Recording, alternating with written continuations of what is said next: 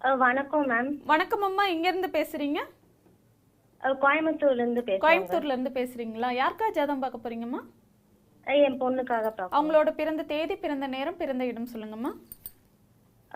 27/1 27/1/1994 6 96.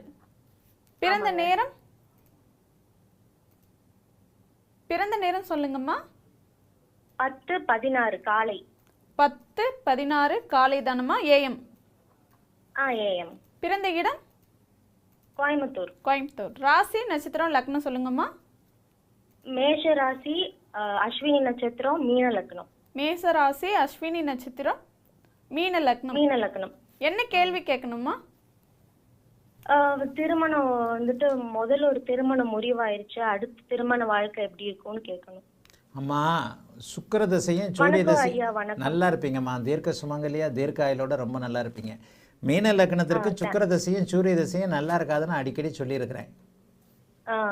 இப்போத்தான் சூரிய தசையில தான் ஐயா முடிச்சோம். எதுக்குமா 6ஆம் அதிபதியோட அமைப்பில் முடிச்சு அது வம்பு வழக்கு கோர்ட்டு கேஸுன்னு போய் இப்போ தான் இந்த வருஷம் பிறந்தவொன்னே தான் புள்ள நல்லா இருக்கு. சூரியன் அங்கே எப்படி இருக்குதா பாருங்க, அப்படி ஒன்றும் நல்லா இல்லையே. செவ்வாயோட உச்ச செவ்வாயோடு சேர்ந்து ஒரு நிலையில் நல்லா இல்லாத சூரிய திசையில் வம்பு வழக்குகள் வரத்தானே செய்யும். சரி, இப்போ அது போயிடுச்சு. 2வது வாழ்க்கை நல்லா இருக்குமா. அருமையான அமைப்பில் சந்திர தசை 10 வருஷம் ஓகோன்னு இருக்கும். குருவின் பார்வையில் இருக்கக்கூடிய அந்த அமைப்பு வந்து மீன லக்னத்திற்கு 2வது திருமணத்தை நல்லா கொடுக்குமா. எல்லாமே நல்லபடியா கிடைக்கும் இல்லையா 2027 திருமணத்துல. ஏமா, சந்திரதசை ராகு பக்தியில் அடுத்த ஜூனுக்கு பிறகு இந்த பொண்ணுக்கு எந்த நேரத்துலையும் கல்யாணம். சந்தோஷங்க. அடுத்த ஜூனுக்கு பிறகு எந்த நேரத்துலையும் கல்யாணம். 2027ஆம் ஆண்டு இந்த பெண்ணுக்கு கையில் குழந்தை, முதல் குழந்தை ஆண் குழந்தை.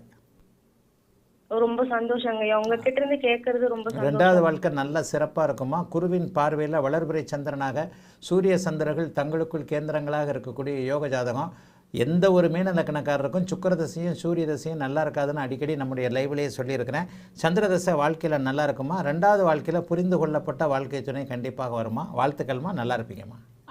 ஐயா, அப்புறம் தொழில் சம்பந்தமா வேலை தொழில் எப்படி என் பொண்ணுக்கு? ஏமா, ராசி லக்னத்திற்கு 2 10ஆம் இடங்களோடு குரு புதன் தொடர்பு கொண்டு இருக்கின்ற காரணத்தினால சொல்லி கொடுத்தல், வங்கித்துறை இந்த மாதிரியான அமைப்பில் தான் அதுக்கு ஆர்வம் இருக்கும்.